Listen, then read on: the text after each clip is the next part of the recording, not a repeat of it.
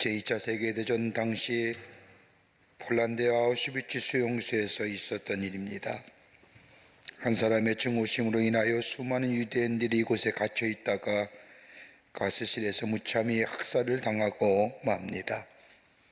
전쟁이 끝난 직후에 유대인들이 갇혀 있던 그 아우슈비츠 수용소를 조사하는 가운데 지하실 벽에 이런 낙서가 적혀져 있었다고 합니다. 우리는 메시아가 오실 것임을 믿고 있다. 단지 그분의 도착이 좀 늦어지고 있을 뿐이다. 죽음의 시간을 기다리면서 저들은 희망을 노래했던 것을 보게 됩니다. 메시아의 기다림이 생명의 뿌리를 두고 죽어갔음을 봅니다. 우리가 가까이 하면서 읽고 묵상하는 하나님의 말씀은 우리에게 새로운 생명력을 소유하게 할 뿐만 아니라 장차 다가올 시간에 이루어질 하나님의 약속의 말씀입니다. 말씀을 읽다 보면 한 가지의 공통점을 발견하는데 그것은 언제나 약속으로 나타나 있다는 겁니다. 이 약속의 말씀이 증거가 되는데 이 증거는 다름이 아니라 신실하신 하나님께서 우리에게 하신 약속을 분명히 이루게 하실 뿐만 아니라 이루실 하나님이심을 말씀을 통하여 우리에게 증거하고 있다는 겁니다. 하나님의 피조물 가운데 유일하게 약속할 수 있는 존재는 우리 인간입니다. 인간만이 약속이 가능합니다. 근데 우리가 하는 이 약속은 장차 이루어질 미래의 약속의 성취와 더불어 기다리는 긴장관계 속에 있습니다. 그리스도인이란 다름 아닌 현재보다는 약속된 미래를 더 중요하게 생각하는 사람이 그리스도인의 삶이라 할 것입니다. 여러분, 우리가 구원받았습니다. 구원받은 것도 귀한 일이지만 우리의 구원의 완성은 어느 때 이루어집니까? 저 다가올 미래 가운데 이루어집니다. 그러기에 지금의 삶의 모습 보면 절망하고 좌절하는 거 힘든 것뿐이지만 그것이 문제가 아니라 장차 다가올 구원의 완성을 바라보며 거기에 소망을 두고 사는 삶이 바로 그리스도인의 삶이라 할 것입니다. 오늘 읽은 본문의 말씀을 보십시오. 오늘 읽은 본문의 말씀은 430년의 긴 노예 생활을 청산하고 하나님의 약속하신 대로 약속의 땅을 향하여 나아가는 이스라엘 백성이 숲곳이란 곳에 머물러 지난날 하나님의 행하신 일들을 기억합니다. 애굽의 바로의 마음을 돌이켜서 하나님께서 이스라엘 백성을 구원하시려고 하는 그 구원의 계획에 이 바로가 굴복하면서 그리고 이스라엘 백성이 애굽의 땅에 나와 하나님의 약속의 땅인 가나안 땅을 향하게 됩니다. 430년 동안 한 번도 꿈꿔보지 못했던 노예에서의 자유로운 존재, 새로운 삶의 양태가 저들에게 펼쳐지게 됩니다. 내일이면 하나님께서 약속하신 가나안 땅, 우리 조상인 아브라함과 야곱에게 약속하신 그 가나안 땅의 성취가 눈앞에 펼쳐지는 그때에 그 약속 앞에 이스라엘 백성은 애굽에서의 마지막 밤을 보냅니다. 그 말씀이 42절입니다. 이 밤은 그들을 애굽 땅에서 인도하여 내심을 인하여 여호와 앞에서 지킬 것이니 이는 여호와의 밤이라 이스라엘 자손이 대대로 지킬 것이니라. 다른 성경의 번역본을 보면 이 42절의 말씀을 좀 더 쉽게 이해할 수가 있습니다. 그날 밤에 주께서 그들을 애굽 땅에서 이끌어내시려고 밤을 새우면서 지켜주셨으므로 그 밤은 주의 밤이 되었고 이스라엘 자손이 대대로 밤새워 지켜야 하는 밤이 되었다라고 말씀한 것을 읽을 수가 있습니다.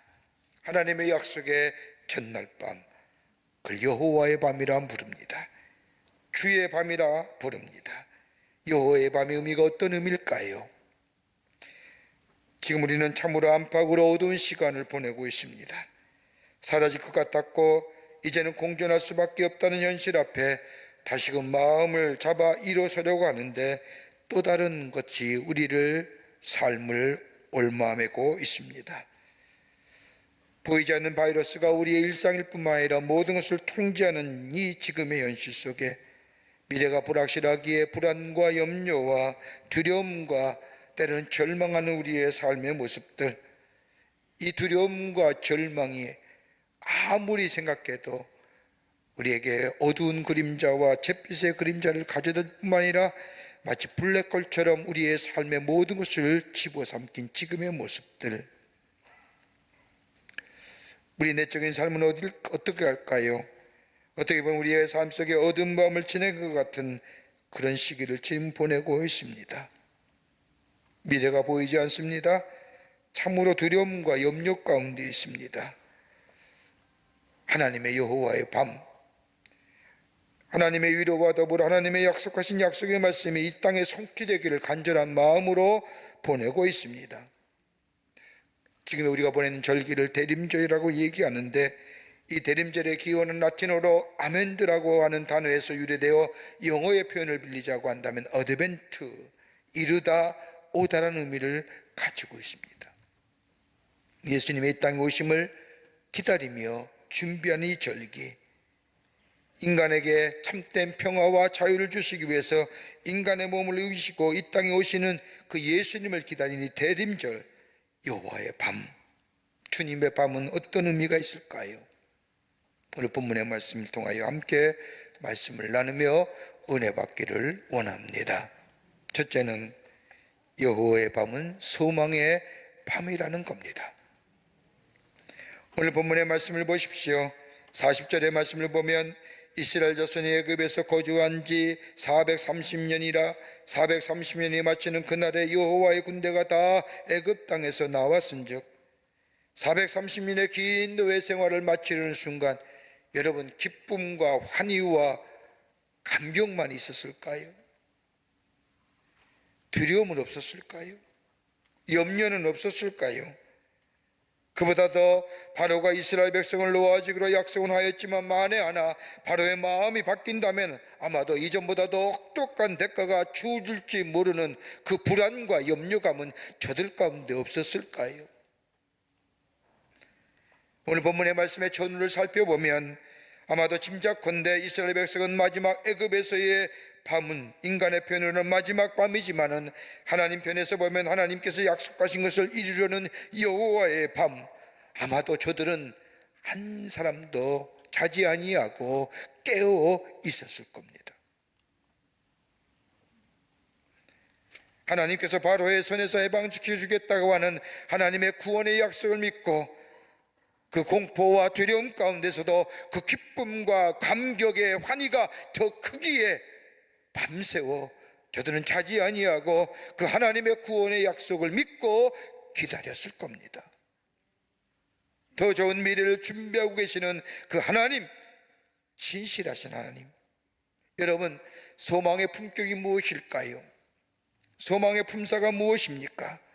단어 그 자체로 보면 명사형이지만은 명사형이 아닌 역설적이라는 겁니다. 여러분, 소망이 어느 때 우리 가운데 있어집니까?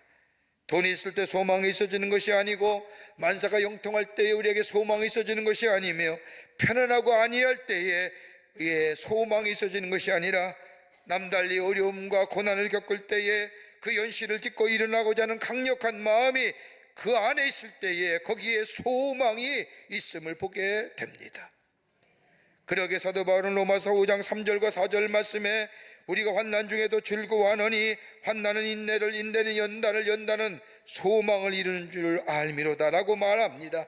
이 말씀을 거꾸로 보면 연단 없이는 소망이 없고 인내 없이는 연단이 없으며 환난이 없이는 인내가 없다는 말로 해석되어지만은 이것을 그대로 연결해 보면 환난이 없이는 소망이 없으며 소망이 없이는 기쁨이 없다라는 말입니다.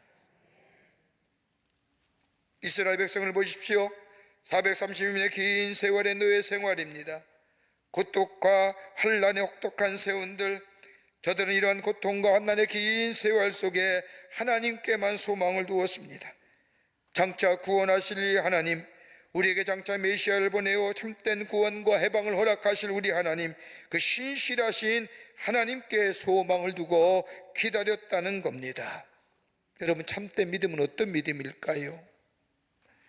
하나님의 약속하심에 소망을 두고 기다릴 수 있는 자. 여러분, 믿음이 없이는 기다리지 못해요. 요즘 시대에 기다린다는 것이 얼마나 어리석은 일입니까?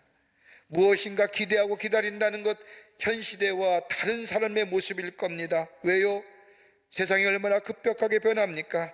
자고 일어나면 알지 못하는 것들이 곳곳에서 일어남을 보게 됩니다. 그 시대에 빨리 적응하며 사는 것이 이 시대 속에 살아가는 비결이라고 말할 수 있을 터인데, 빠르게 변화하는 시대 속에 무엇인가 이루어질 것을 기대하며 있다는 것, 이 시대에 뒤떨어진 모습 아닙니까? 여러분, 예측할 수 없는 시대가 있기에, 시대 속에 살기에 기다린다는 게 얼마나 어리석습니까?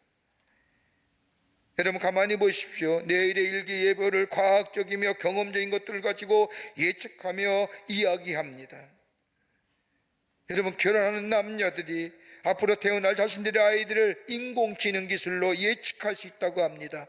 조금 이상하게 나오면 안 한다고 하잖아요.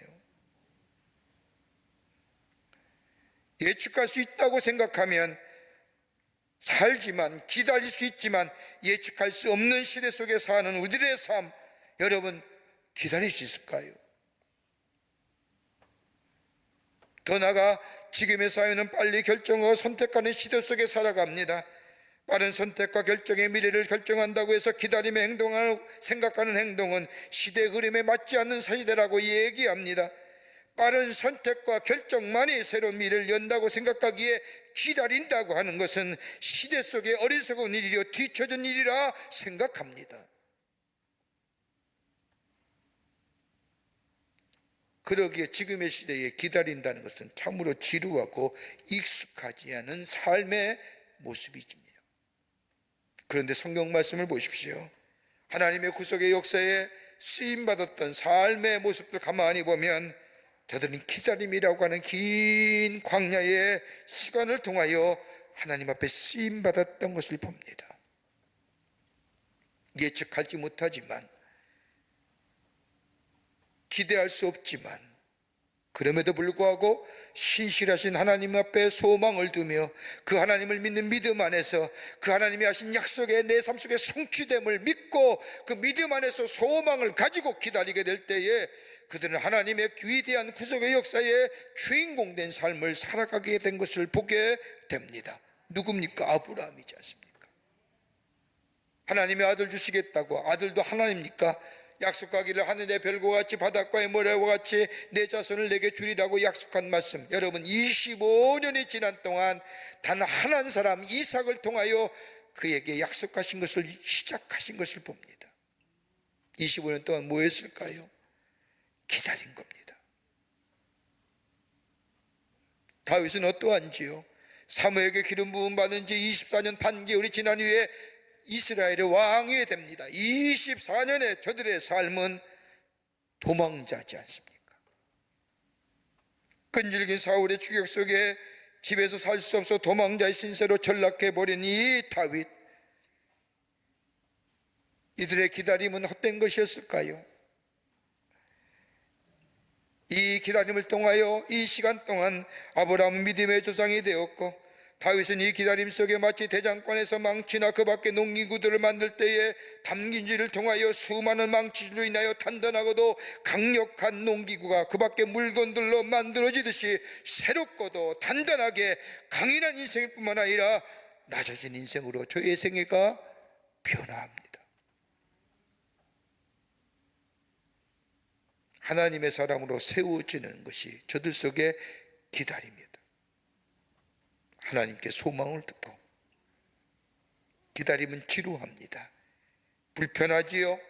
그러나 기다림은 우리에게 새롭게 만들어지고 세워지는 시간입니다. 성숙과 더불어 지혜를 얻게 됩니다. 여러분, 우리 하나님은 우리에게 오실 메시아를 기다리게 만드셨습니다.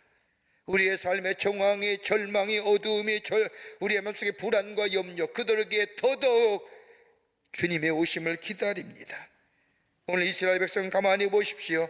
하나님의 약속의 성취를 기대하며 잠을 자지 않고 기다렸다는 것은 새로운 미래, 자유로운 존재, 새로운 존재로서의 삶을 기대하며 두렵고 떨리는 마음으로 기다렸다는 겁니다. 그 두렵고 떨리는 마음, 왜 저들 가운데 있었을까요? 다름 아닌 이스라엘 백성을 향한 하나님의 사랑이 시작되는 점이기 때문입니다. 그 사랑이 우리를 떨게 합니다. 감격하게 합니다. 환희 가운데 우리의 삶을 새로운 기쁨으로 인도해 주십니다. 우리 하나님께서 우리를 사랑하는 마음으로 기다리게 하신 것처럼 이 땅에 참된 평화와 사랑을 주시기 위해서 이 땅에 오시는 우리 예수님, 사랑한 마음으로 기다릴 때에 주님의 평화와 사랑이 우리 안에 넘쳐나는 감격과 기쁨의 인생으로 새롭게 변화시켜 주실 줄을 믿습니다. 그러게 여호와의 밤은 소망의 밤이라는 겁니다. 두 번째는 여호와의 밤은 구원의 밤입니다. 애굽 사람에게는 통곡의 밤일지 모르지만은 이스라엘 백성에게는 구원의 밤이었다는 겁니다. 애굽에서의 마지막 밤, 여호와의 밤이라는 것은 애굽에 있어서의 재앙의 밤이었습니다. 처자들을 죽이는 재앙, 이 재앙을 피하기 위해서 이스라엘 백성을 양을 잡아 그 피를 문설주에 뿌려놓았습니다. 장자를 죽이는 마지막 재앙을 집행하는 천사들이 피가 발라진 집은 무사 통과함으로 유대 이스라엘 백성들 가운데 이 날을 기념하여 유월절이라 시작되고 절기로 지킵니다. 애굽 사람에는 아들이 죽는 통곡의 밤이었지만 어린 양의 피를 바른 집은 죽음의 재앙이 지나가는 구원의 밤이었습니다. 그러기에 애굽 사람에게는 통곡의 밤이었지만은 하나님의 자녀된 이스라엘 백성에게는 구원의 기쁨, 감격의 기쁨의 밤이 되었다는 겁니다. 이 유월절의 사건을 바울은 로마서 5장 9절에 이렇게 말씀합니다. 그러면 이제 우리가 그 피로 인하여 의롭다 하심을 얻었은즉 더욱 그로 말미암아 진노하심에서 구원을 얻을 것이니 어린 양의 예수 그리스도의 피만이 하나님의 진노에서 우리를 놓아 줄 수 있다는 겁니다. 여러분, 인류의 시작한 이래로 인간의 가장 해결하지 못한 문제가 뭘까요? 죄의 문제입니다. 우리 기독교는 인간의 가장 근본적인 문제를 죄라고 봅니다. 그러기 로마서 3장 23절의 말씀을 보면 모든 인간의 죄로 범하여 하나님의 영광에 이르지 못하였다라고 말합니다. 여러분, 태어나고 늙고 병들고 죽는 생로병사의 문제는 어느 누구도 피할 수 없는 인간 본질에 대한 문제입니다. 인간의 본질에 관한 문제, 뭐와 관계 있을까요? 철저하게 죄와 관계 있는 거예요. 여러분, 인류가 시작한 이로 인간에게서 가장 큰 실존적 한계는 뭐예요? 죄, 죽음의 문제였습니다. 음악이나 문학이나 그 밖에 인간의 사상을 표현했던 여러 가지 것들을 다 보면 한결같이 인간의 실존적인 한계인 죄, 죽음, 어둠의 문제를 다룹니다.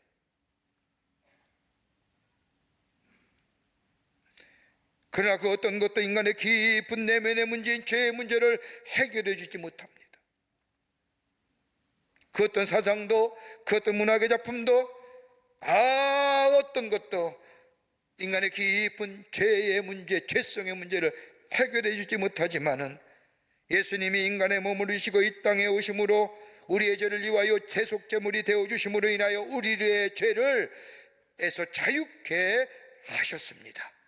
그러기에 바울은 로마서 8장 1절 말씀에 예수 그리스도 안에 있는 자는 결코 정죄함이 없다고 말씀하십니다. 예수가 우리의 죄의 문제를 해결해 주셨습니다. 우리의 죽음의 문제를 해결해 주셨습니다.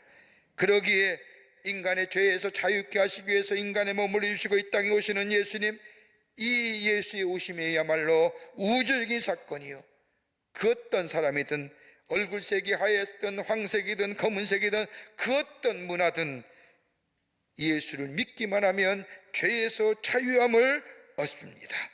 이것을 가리켜서 기쁜 소식이라는 겁니다. 유앙겔리온, 복음이요 기쁜 소식입니다. 여러분, 유앙겔리라고 하는 단어의 어원은 저 로마의 왕제나 장군이 승전가를 가지고 전쟁에서 승리했을 때에 승전가를 부를 때에, 또한 더불어서 황제의 특별한 날에 모든 백성에게 기쁜 소식이요 유앙겔리온이라고 외쳤던 그 기쁜 소식, 여러분 가만히 보십시오. 전승의 기념은 영원한가요?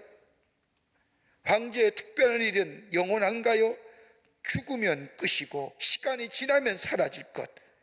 그런데도 그것을 기쁜 소식이라고 외쳤던 그 유앙겔리온, 그것이 기쁜 소식이 아니라 오직 예수가 이 땅에 오심으로 인하여 예수를 믿는 자마다 죄의 문제가 해결되고 죄에서 자유함을 얻는다고 하는 이 소식이야말로 유앙겔리온, 기쁜 소식이라는 거예요.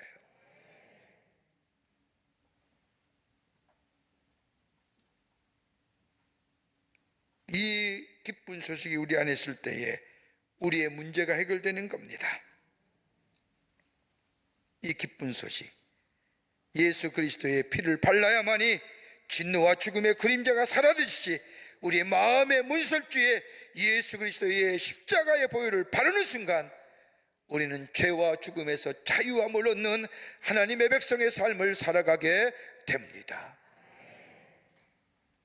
그러게 예수의 오심은 하나님의 사랑이 우리에게 나타난 바 사건, 복음이라는 겁니다. 예수의 이 땅에 오시는 이 탄생이야말로 기쁜 소식이라는 겁니다. 유명한 근대의 신학자인 칼 발트라고 하는 신학자가 미국의 시카고 대학을 방문하여 젊은 대학생들에게 신학 특강을 합니다. 강의가 끝나자 한 젊은이가 따라오면서 바르트에게 묻습니다. 저는 교수님이 쓰신 책을 다 읽지는 못했지만 교수님의 글을 읽을 때마다 제게 큰 감동으로 다가옵니다. 교수님의 해박한 지식, 그리고 날카로운 통찰력, 말씀을 읽을 때마다, 선생님의 글을 읽을 때마다 나를 놀라게 하고 감동케 합니다. 그런데 교수님, 한평생 저술 활동을 하고 가르치고 연구하면서 깨달은 진리의 핵심이 무엇입니까? 한마디로 말씀하실 수 있습니까?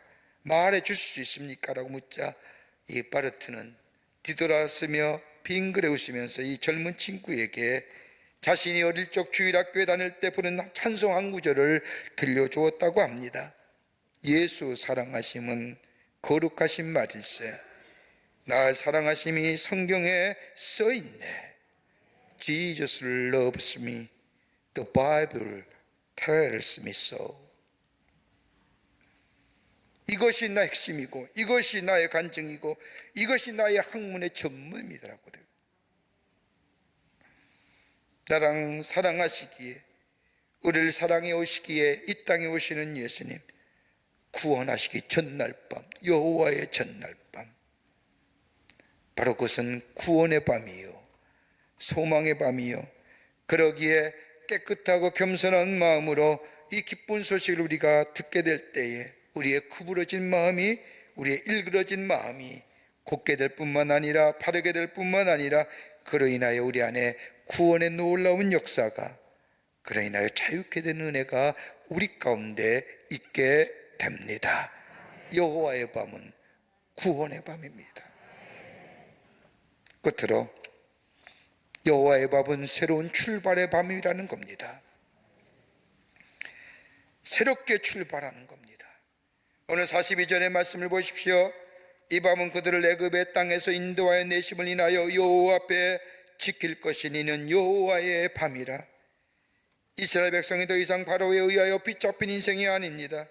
하나님의 약속하심에 붙잡혀 새로운 삶으로 나아가는 새 출발의 밤이라는 겁니다. 이제는 더 이상 노예가 아닙니다. 속박당하고 붙잡혀 당하는 삶이 아닙니다. 하나님의 은혜로 자유함을 얻어 하나님의 백성으로 하나님의 약속을 바라보며 나아가는 새로운 존재, 새로운 출발선에 서 있는 새로운 존재의 백성이라는 겁니다. 달라졌습니다. 새로워졌습니다. 가치관이 달라졌습니다. 세계관이 달라졌습니다. 저 바로의 밑에 있을 때에는 노예 근성이요, 자유를 잃어버린 삶이요, 수동적이요, 남에 의해서 타율적인 삶이요 살았지만은, 그러나 구원받은 백성으로 하나님의 은혜 안에서 새롭게 출발선에 선 이스라엘 백성은 더 이상 노예가 아니요 자유인이요, 타율이 아니요 자율적이요, 내가 능동적으로 긍정적으로 앞을 내다보며 내가 스스로 선택하며 결단하는 삶으로 새롭게 변화된 출발선상에 서 있는 백성이 되었다는 겁니다.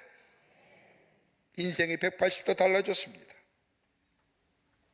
이전 것은 지나갔으니 새 것이 되었습니다. 이제는 내가 내 삶의 주인이 아니라 나의 삶의 주인은 하나님이 되셨다고. 그러기 오늘 본문의 말씀을 보면 그들은 애굽 땅에서 인도하여 내심을 인하여 여호와 앞에서 지킬 것이니라. 내 인생의 삶, 내 삶의 모든 것 하나님이 지키시고 하나님이 인도해 주시는 것, 내 인생의 안전은 내 명예와 내 지위 그리고 물질이 내 안전을 보장해 주는 것이 아니라 하나님이 나의 안전이 되어 주신다는 이 약속, 하나님께서 나의 삶의 인도자와 안전이 되어 주신다는 이 고백에 선에서 거예요. 여러분, 시편 23편에 나오는 다윗의 유명한 신앙 고백, 여호와는 나의 목자시니 내게 부족함이 없으리로다. 저가 푸른 초장을 누이시며 쉴만한 물가로 인도하시는도다. 내가 사망의 음침한 골짜기로 다닐지라도 해를 두려워하지 않을 것은 주께서 나와 함께 하심이라. 주의 지팡이와 막대기가 나를 안위하시다고 하는 이 믿음의 고백, 여러분, 우리는 듣기 좋고 들을 때마다 은혜가 되지만 여러분, 이 다윗의 고백이 그저 은혜로운 고백이었을까요? 저는 이 말씀을 묵상할 때마다 바울의 처절한 경험 속에 나온 신앙의 고백이 아니에요. 여호와는 나의 목자가 되어주신다는 겁니다. 여러분, 시편 23편을 우리에게 주는 말씀이 세 가지 요지입니다. 하나는 뭐냐? 하나님의 인도하심이 내 인생 속에 있습니다. 하나님의 인도하심이 내 인생 속에 있습니다. 그뿐 아니라 하나님이 나를 보호해 주셨습니다. 더 나아가 하나님이 때마다 시마다 나에게 공급해 주셨습니다. 여러분, 시편 23편의 다윗이 절규하며 찬송하며 고백하는 시의 이 내용, 이것입니다. 하나님이 나의 인도자요, 나의 보호요, 나의 공급자 되신다는 겁니다. 여러분, 다윗의 삶의 여정을 가만히 보세요. 그의 삶은 곤고함과 궁핍의 삶의 연속이었습니다. 그는 쫓겨다니는 인생이었고 도망자 있을 때에 그를 도왔던 사람은 다 죽고 말았습니다. 자신을 따라오는 어떻게 보면 사람들의 공동체에서 그 또한 소외된 사람 400명의 사람이 다윗을 따라올 때에 하나님은 저들의 삶도 다윗을 인하여 보호해 줬어요. 다윗의 삶을 어떻게 보면 곤고하고 궁핍한 삶이지만 때를 따라 날마다 채우셨던 하나님의 공급하심이 때로는 원수의 목전 앞에서도, 원수의 눈앞에서도 하나님은 다윗에게 상을 차려주셨다는 거예요. 인생을 먹여주셨다는 거예요. 그 공급하심이 내 인생에 있다는 거예요. 여러분, 이 고백이 여러분 있습니까? 내가 잘나서, 내가 탁월해서, 내가 지혜로워서, 내가 능력이 있어서 아닙니다. 하나님이 공급해 주신 거기에 내가 누리고 내가 즐길 수 있는 겁니다. 이게 있나요, 우리 고백에? 주님이 나와 함께 하셨기에 아침에 돋는 애 같은 인생으로 살아갈 수 있었다고 하는 이 다윗의 고백들, 그러기 오늘 본문 말씀을 보십시오. 이스라엘 백성은 저 애굽에서의 노예 생활에서 자유인으로 새로운 출발에 선 이스라엘 백성들, 가치관이 달라졌고 지식이 달라졌고 더 이상 노예가 아니며 애굽에 누렸던 모습의 삶을 다 버렸습니다. 그리고 39절의 말씀을 보면 그들이 애굽에서 쫓겨남으로 지체할 수 없었으며 아무 양식도 준비하지 못하였음이었더라. 여러분, 이 말씀을 그대로 그 말씀으로 받아들이면 저 애굽에서 바쁘게 나오느라고 구원의 밤에, 소망의 밤에, 새로운 출발의 밤에 갑자기 총참함으로 가져오지 않았다고 하는 이야기, 그러나 그 이면에 보면 이제는 더 이상 저 애굽에 노예된 것과 끊겠다는 겁니다. 애굽에서 지내고 즐겼던 것들 이제 의미가 없다는 겁니다.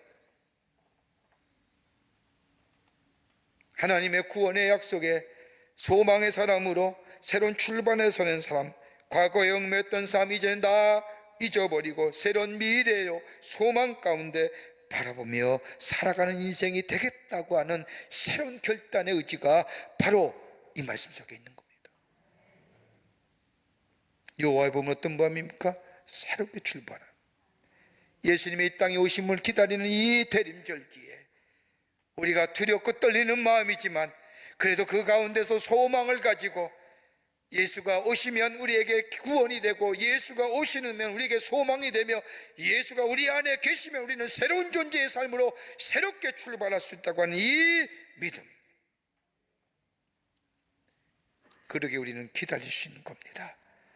오실 때에 어서 오시옵소서라고 기쁘게 영접하며 주님을 모시고 사는, 그래서 주의 약속의 성취를 누릴 수 있는 믿음의 사람이 되는 줄 믿습니다. 주님이 오십니다. 여호와의 밤이 다가옵니다. 그 밤은 소망의 밤이고 구원의 밤이고 새롭게 출발선에 서는 밤입니다. 이것을 기다리며 주여 어서 오시옵소서라고 외치며 믿음 안에서 그 신실하신 하나님의 약속을 믿고 기다리며 지내는, 그래서 그 구원의 감격 속에 다시 한번 하나님의 은혜를 경험하는 여러분과 저와 되시기를 주의 이름으로 축원합니다. 하나님 감사합니다. 저희들 주께서 사랑해 주셔서 하나님의 백성 삼으심에 감사합니다. 오늘 주신 말씀처럼 여호와의 밤은 구원의 밤이요 소망의 밤이요 새롭게 출발하는 밤입니다. 그 여호와의 밤은 두렵고 무섭고 때로는 떨리지만은 그러나 그 두려움과 무서움과 떨림을 넘어서서 우리의 기쁨과 감격과 환희가 있는 줄 믿사오니 그 여호와의 밤을 기다리는 저희들 되게 하셔서 구원과 소망과 새롭게 변화에 대해 놀라운 은혜를 경험하는 복된 심령들 되게 도와 주시옵소서. 성령이 도우실 줄 믿으며 예수님의 이름으로 기도하옵나이다. 아멘.